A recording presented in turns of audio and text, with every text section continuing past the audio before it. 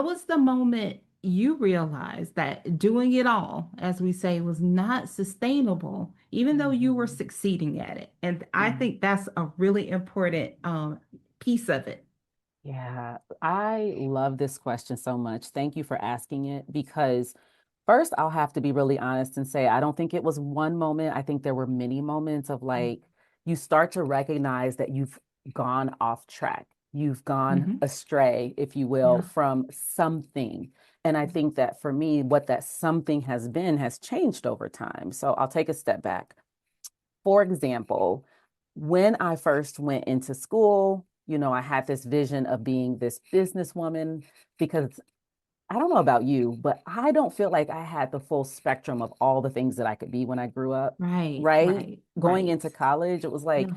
there was this narrow view, and based on my grades, based on what other people were pushing me toward, well-meaning people, but still Mm-hmm. other people's visions, not my Mm-hmm. own, I pursued this role. And at the time, it was great because I ended up getting a degree in marketing. I ended up landing a position in sales. And what I mean by it was great is it was great that I had a job when I came out of college. Like that was great. Yes, yes. I had two little mouths to feed, right? And so at the time, the vision was put food on the table Mm-hmm. and worry about the passion later. Yes. Mm-hmm. But that's what I needed at the time.